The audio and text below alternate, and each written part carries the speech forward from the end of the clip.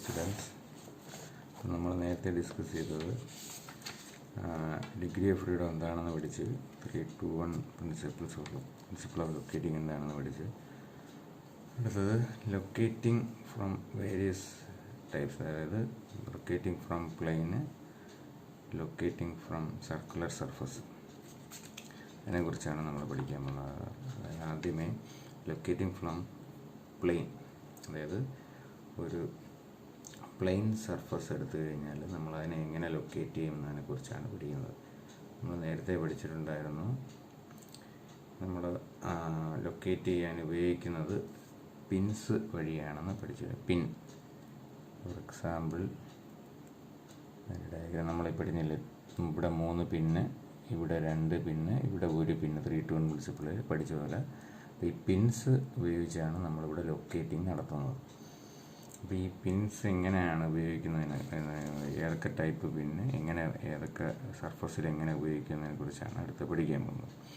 അപ്പോൾ first locating from plain, ഒരു plain surface എങ്ങനെ നമ്മൾ ലൊക്കേറ്റ്. അപ്പോൾ അതിന് മുമ്പ് നമ്മൾ പഠിക്കാൻ പോകുന്നതെന്ന് പറഞ്ഞാൽ വേരിയസ് ടൈപ്സ് ഓഫ് പിൻസ് ഏതൊക്കെയാണെന്നാണ് പഠിക്കാൻ പോകുന്നത്. അപ്പോൾ നമുക്ക് ഒന്ന് നോക്കാം വേരിയസ് ടൈപ്സ് ഓഫ് പിൻസ് ഏതൊക്കെയാണ്. ഇത് ഫ്ലാറ്റ് പിൻ, ഓക്കെ. അടുത്തത് സ്പെറിക്കൽ പിൻ, അടുത്ത പ്ലെയിൻ പിൻ, ഷോൾഡർ പിൻ, സ്റ്റെപ്പ് പിൻ, റൗണ്ട് പിൻ, ബുള്ളറ്റ് പിൻ, വീണ്ടും പ്ലെയിന്, കോണിക്കൽ, ഡവൽ. ഇതാണ് various types of pins, pin locators അല്ലെങ്കിൽ വേരിയസ് ടൈപ്പ് ഓഫ് പിൻസ്. ഇതിൽ ആദ്യമേ ഉള്ള ഈ റെസ്റ്റ് ബട്ടൺസ് എന്ന് പറയുന്ന ടൈപ്പിൽ വരുന്നതാണ് ഈ ഫ്ലാറ്റ്, സ്പെറിക്കൽ, പ്ലെയിന്, ഷോൾഡർ, സ്റ്റെപ്പ് പിൻസ് എല്ലാം. ഇനി പിൻ ലൊക്കേറ്റേഴ്സ് എന്ന് പറയുന്നത് ഈ പറഞ്ഞ round, bullet, plain, conical, Doval. അപ്പോൾ ഈ പറഞ്ഞ 2 ടൈപ്പ് റെസ്റ്റ് ബട്ടൺസും പിൻ ലൊക്കേറ്റേഴ്സും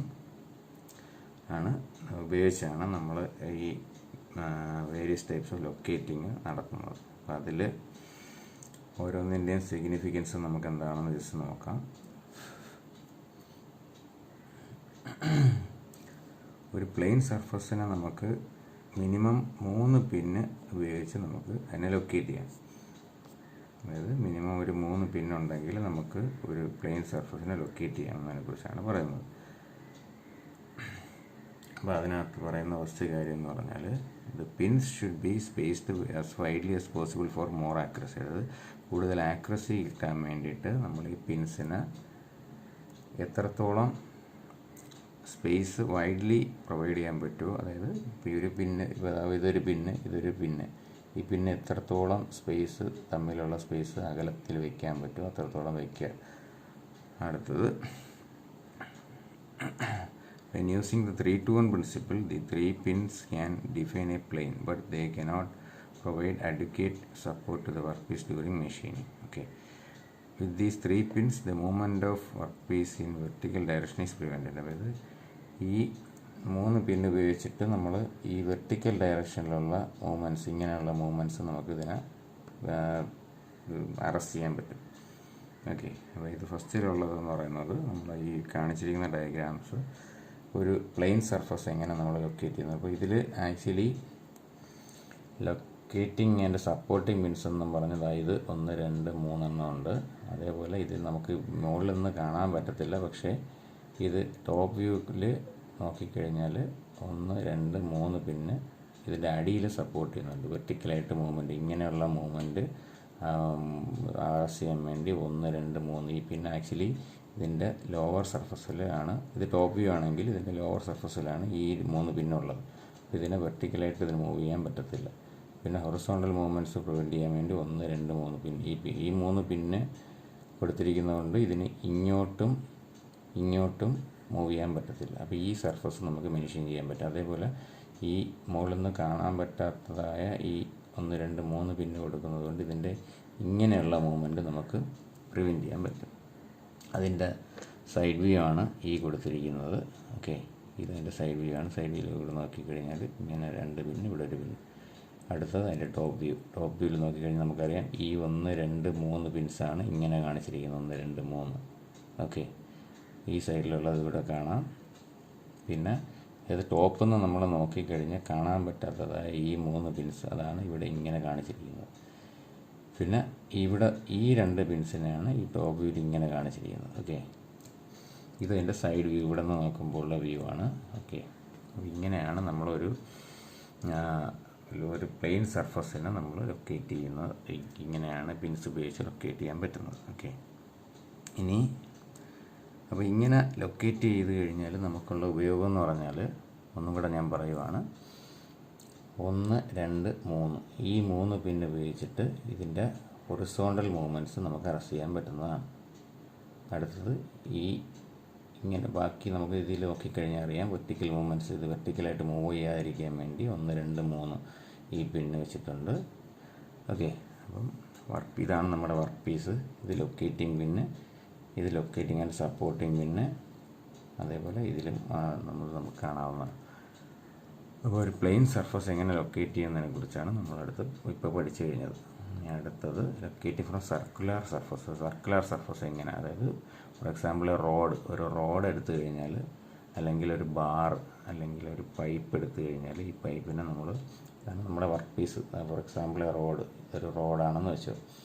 അപ്പോൾ ഇവിടെ ഒരു പിന്ന് നിങ്ങൾ കാണുന്നുണ്ടല്ലോ, ഈ പിന്നും ഉപയോഗിച്ച് വേണം നമ്മളിതിനെ ലൊക്കേറ്റ് ചെയ്യുന്നത്. അപ്പോൾ ഇങ്ങനെ ലൊക്കേറ്റ് ചെയ്ത് ഈ 2 പിന്ന് ഉപയോഗിച്ച് ഹോൾഡ് ചെയ്ത് പിടിക്കും. വർക്ക് പീസിന് ഏത് ടൈപ്പ് ഓഫ് മെഷീനിങ് ആണ് നമുക്ക് ആവശ്യമെന്ന് വെച്ചാൽ അതിവിടെ ചെയ്യാം. ഫോർ എക്സാമ്പിൾ ഇപ്പോൾ ഫേസിങ് ചെയ്യണമെങ്കിൽ ഇതിങ്ങനെ ലൊക്കേറ്റ് ചെയ്ത് ഹോൾഡ് ചെയ്ത് പിടിച്ചിട്ട് മുകളിലെ വർക്ക് പീസിനെ നമുക്ക് മെഷീൻ ചെയ്യാൻ പറ്റുന്നതാണ്. അത് തന്നെ വേറെ ടൈപ്പ് കുറച്ചും കൂടെ വലിയ വർക്ക് പീസിനെ ആണെങ്കിൽ കുറച്ചും കൂടെ വലിയ ടൈപ്പ് ഓഫ് ഒരു 2 പിൻസ് കൊടുത്തിട്ടുണ്ട്.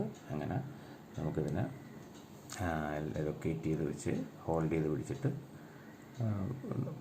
നമുക്ക് വർക്ക് പീസിനെ മെഷീൻ ചെയ്യാൻ പറ്റുന്നതാണ്. അപ്പോൾ ഇതിപ്പം നമുക്കിതിനെ ഹോൾഡ് ചെയ്ത് ഇങ്ങനെയാണ് പിടിക്കുന്നത് പറഞ്ഞാൽ ഇവിടെ 2 ബോൾട്ട് ഒരു നട്ട് നിങ്ങൾ കണ്ടല്ലോ. ഈ നട്ടിനെ നമ്മൾ റിലീസ് ചെയ്ത് കഴിഞ്ഞാൽ ഇതിങ്ങനെ നമുക്ക് ഊരിയെടുത്തിട്ട് വേറൊരു വർക്ക് പീസിനെ ലോഡ് ചെയ്യാൻ പറ്റുന്നതാണ്. അതേപോലെ ഇവിടെ.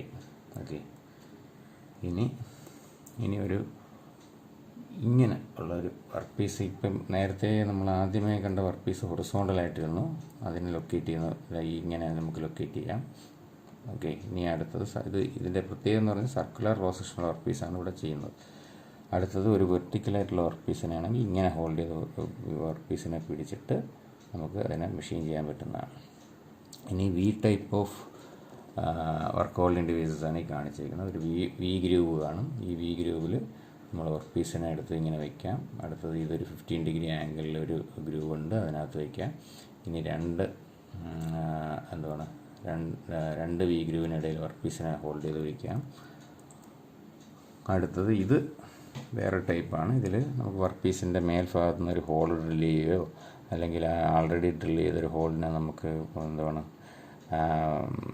ബോർ ചെയ്യുകയോ ചെയ്യണമെങ്കിൽ ഇങ്ങനെ ചെയ്യാവുന്നതാണ്. ഓക്കെ, അടുത്തത് കോൺസെൻട്രിക് ലൊക്കേറ്റിംഗ്. കോൺസെൻട്രിക് ലൊക്കേറ്റിംഗ് എന്ന് പറഞ്ഞാൽ ഇതിൻ്റെ ഏറ്റവും വലിയ എക്സാമ്പിൾ നമ്മൾ ലെയ്ത്തിൻ്റെ ചക്കാണ്. ഓക്കെ, ഈ ചക്കിന് കോൺസെൻട്രിക് ലൊക്കേറ്റിംഗ് എന്ന് പറഞ്ഞാൽ ഇത് കാണിച്ചിരിക്കുന്നത് തന്നെ ലെയ്ത്തിൻ്റെ ചെക്കാണെന്ന് വെച്ചോളൂ. ഇത് അതിൻ്റെ ജാസാണ്. ഈ ജാസിനകത്ത് നമ്മൾ വർക്ക് പീസിനെ ഹോൾഡ് ചെയ്ത് പിടിക്കുന്നു. ഹോൾഡ് ചെയ്ത് പിടിച്ചിട്ട് നമുക്ക് കട്ടിംഗ് ടൂൾ എന്ന് വെച്ച് കഴിഞ്ഞാൽ അതിൻ്റെ മേലിൽ നിന്ന് വർക്ക് പീസിനെ നമുക്ക് മെഷീൻ ചെയ്യാൻ പറ്റുന്നതാണ്. കോൺസെൻട്രിക് ലൊക്കേറ്റിംഗ് എന്ന് പറഞ്ഞാൽ ഈ ലൊക്കേറ്റിങ്ങിൽ വർക്ക് പീസിനെ കറക്റ്റ് സെൻറ്ററിൽ കൊണ്ടുവരുന്നു എന്നുള്ളതാണ് അതിൻ്റെ പ്രത്യേകത. ഫോർ എക്സാമ്പിൾ നമ്മൾ വർക്ക് പീസിനെ സെൻട്രൽ ലെയ്ത്തിൻ്റെ 3 ജോ സെൽഫ് സെൻറ്ററിങ് ചെക്കിനെ അതെടുത്ത് വെച്ചിട്ട് നമ്മൾ ആ കീനെ ടൈറ്റ് ചെയ്ത് കഴിഞ്ഞാൽ കറക്റ്റ് സെൻറ്ററിൽ ഈ വർക്ക് പീസിനെ കൊണ്ടുവന്ന് നിർത്തും. Okay, the type of locating is called as concentric locating. Okay, അടുത്തത് principles of clamping. Principles of clamping എന്ന് പറയുമ്പോൾ ഈ ക്ലാമ്പിങ്ങിൽ the work piece is properly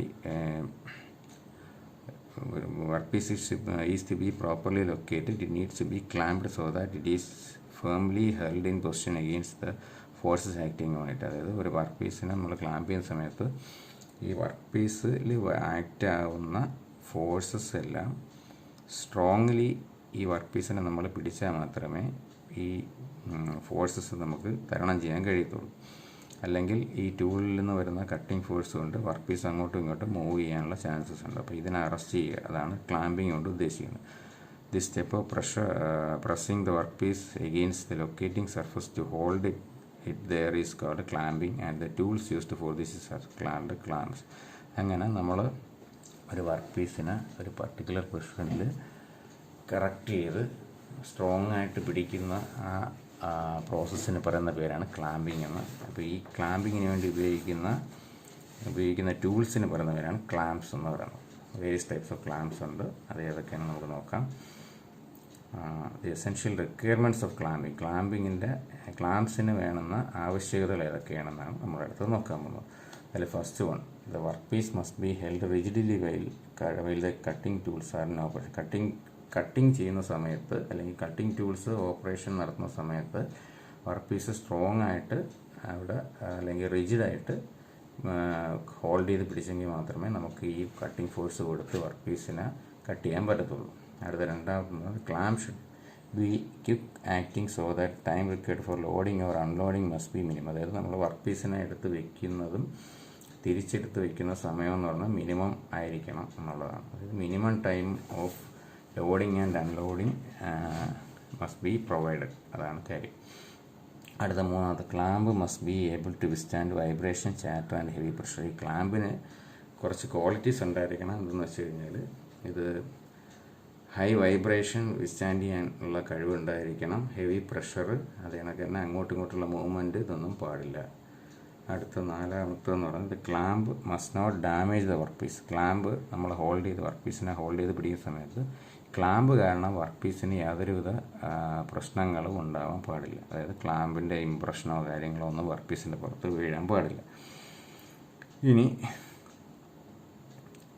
അതിന് ഉപയോഗിക്കുന്ന ഓരോ ക്ലാമ്പിംഗ് ടൂൾസാണ്. അതിൽ handle, hand knob, knurl head, tommy bar, hand wheel, ഇങ്ങനെയുള്ള സംഭവങ്ങളാണ് നമ്മൾ ഈ ക്ലാമ്പിങ്ങിന് ഉപയോഗിക്കുന്ന ടൂൾസാണ് ഇത് ഓരോന്നും. Okay, the main principles of clamping are as follows. അതായത് ഈ പറയുന്ന പ്രിൻസിപ്പിൾസ് ഓഫ് ക്ലാമ്പിങ്ങിൽ വരുന്ന കാര്യങ്ങളാണ്. ഫസ്റ്റ് വന്നത് അതിൻ്റെ position. Clamping should be positioned to direct the clamping force on a strong support part of the work piece. അതായത് clamping എങ്ങനെ ആയിരിക്കണം എന്ന് പറഞ്ഞു കഴിഞ്ഞാൽ, ഈ വർക്ക് പീസിനെ നമ്മൾ ഈ ക്ലാമ്പിംഗ് ഫോഴ്സ് ആക്ട് ആവുന്ന സമയത്ത് ഈ വർക്ക് പീസിനെ നമ്മൾ സ്ട്രോങ് ആയിട്ട് ഹോൾഡ് ചെയ്ത് പിടിക്കുക. ഇതാണ് ഫസ്റ്റ്. അതായത് clamp should not obstruct path of the cutting tool. അതായത് ക്ലാമ്പ് കാരണം കട്ടിംഗ് ടൂളിൻ്റെ കട്ടിംഗ് ടൂള് വർക്ക് പീസിൽ ടച്ച് ആവുന്ന ആ സ്ഥലം എന്ന് പറയുന്നത് ക്ലാമ്പ് കൊണ്ട് അതിന് ഒബ്സ്ട്രക്ഷനൊന്നും വരാൻ പാടില്ല. അടുത്തത്, clamp should not obstruct the loading and unloading of the work piece. അതായത് നമ്മൾ വർക്ക് പീസിനെ ലോഡ് ചെയ്യുന്നത് അൺലോഡ് ചെയ്യുന്ന ആ അവസരം എന്ന് പറയുന്നത് ആ സമയത്ത് ഈ ക്ലാമ്പ് അതിനൊരു തടസ്സമായി മാറാൻ പാടില്ല എന്നുള്ളതാണ് അടുത്ത കാര്യം. ഇനി അടുത്തത് സ്ട്രെങ്ത് ആണ്. അതായത് ഈ clamping system should have sufficient strength to hold the work piece firmly against the cutting forces. Cutting ഫോഴ്സിനെതിരായിട്ട് വർക്ക് പീസിനെ സ്ട്രോങ് ആയിട്ട് ഹോൾഡ് ചെയ്യാൻ കേപ്പബിൾ ആയിട്ടായിരിക്കണം നമ്മൾ ഈ ക്ലാമ്പിനെ ഡിസൈൻ ചെയ്യേണ്ടത്. At the same time clamping force should not make damage to the work piece. അതേപോലെ തന്നെ ക്ലാമ്പിംഗ് ഫോഴ്സ് വർക്ക് പീസിന് യാതൊരുവിധ വിധത്തിലുള്ള ഡാമേജ് ഉണ്ടാക്കാനും പാടില്ല. അടുത്തത് പ്രൊഡക്ടിവിറ്റിയാണ്. പ്രൊഡക്ടിവിറ്റിയിൽ ഉദ്ദേശിക്കുന്നത്, clamping time should be minimized by using knobs, knurled screws, tommy bars, hand wheels and handles. ഇപ്പം നേരത്തെ നമ്മൾ കണ്ട ഈ ക്ലാമ്പിംഗ് ടൂൾസ്, ഇപ്പം ഹാൻഡിൽ ആയാലും ഹാൻഡ് നോബ് ആയാലും tommy bar, knurl head, hand wheels, ഇതെല്ലാം ഉപയോഗിച്ച് നമ്മൾ എന്ത് ചെയ്യണമെന്ന് പറഞ്ഞാൽ ക്ലാമ്പിങ്ങിന് ഉപയോഗിക്കുന്ന ടൈം കുറയ്ക്കണം. അപ്പോൾ ഈ ടൈം കുറച്ച് കഴിഞ്ഞാൽ നമുക്ക് ഒരു വർക്ക് പീസിനെ ക്ലാമ്പ് ചെയ്യാൻ ഉപയോഗിക്കുന്ന സമയം 1 മണിക്കൂറാണെങ്കിൽ അത്രയും പ്രൊഡക്ഷൻ്റെ റേറ്റ് കുറയുകയാണ്. അപ്പോൾ ഈ 1 മണിക്കൂർ എന്നുള്ളത് നമ്മൾ കുറച്ച് ഒരു 5 മിനിറ്റോ അല്ലെങ്കിൽ 2 മിനിറ്റോ ആക്കി കുറച്ച് കഴിഞ്ഞാൽ അത്രയും പ്രൊഡക്ടിവിറ്റി നമുക്ക് കൂട്ടാൻ പറ്റും. അതായത് നമ്മൾ വർക്ക് പീസ് ഒരു 100 വർക്ക് പീസ് പ്രൊഡ്യൂസ് ചെയ്യുന്ന സമയത്ത് ഇപ്പോൾ ക്ലാമ്പിംഗ് ടൈം കുറച്ച് കഴിഞ്ഞാൽ നമുക്കൊരു 1000 വർക്ക് പീസിന് പ്രൊഡ്യൂസ് ചെയ്യാൻ പറ്റും. ഇനി ഓപ്പറേറ്റർ ഫാറ്റിക് എന്ന് പറഞ്ഞാൽ ക്ലാമ്പിംഗ് ഡിസൈൻ ചെയ്യുന്ന സമയത്ത് ഈ വർക്ക് ചെയ്യുന്ന ആളിന് വളരെ മിനിമം ഫോഴ്സ് കൊടുത്ത് ഈ ക്ലാമ്പ് ചെയ്യാൻ പറ്റുന്ന രീതിയിലായിരിക്കണം ക്ലാമ്പിംഗ് ഡിസൈൻ ചെയ്യുന്നത്. അതിനായിട്ട് നമുക്ക് pneumatic or hydraulic clamping system നമുക്ക് യൂസ് ചെയ്യാൻ പറ്റുന്നതാണ്. അങ്ങനെ യൂസ് ചെയ്യുമ്പോഴും നമ്മൾ വർക്കറിൻ്റെ ഉള്ള ഫാറ്റിക്, അയാൾക്കുള്ള ക്ഷീണം നമുക്ക് കുറയ്ക്കാൻ പറ്റും. ഇനി വർക്ക് പീസ് വേരിയേഷൻസ്. അതായത് clamping design should be able to accommodate variations in the work piece dimension. അപ്പോൾ വർക്ക് പീസ് ഡയമെൻഷൻ ഇപ്പം ഒരു എക്സാമ്പിൾ ഒരു ചെറിയ വർക്ക് പീസ് എടുത്താലും അല്ലെങ്കിൽ ഒരു വലിയ വർക്ക് പീസ് എടുത്താലും ഒരു മീഡിയം സൈസുള്ള വർക്ക് പീസ് എടുത്താലും നമുക്ക് ഈ നമ്മളുണ്ടാക്കുന്ന ക്ലാമ്പ് കൊണ്ട് നമുക്ക് ഈ പറയുന്ന 3 ടൈപ്പ് ഓഫ് വർക്ക് പീസിനെ നമുക്ക് ഹോൾഡ് ചെയ്യാൻ പറ്റുന്ന രീതിയിലുള്ളതായിരിക്കണം ക്ലാമ്പിംഗ്. ഓക്കെ.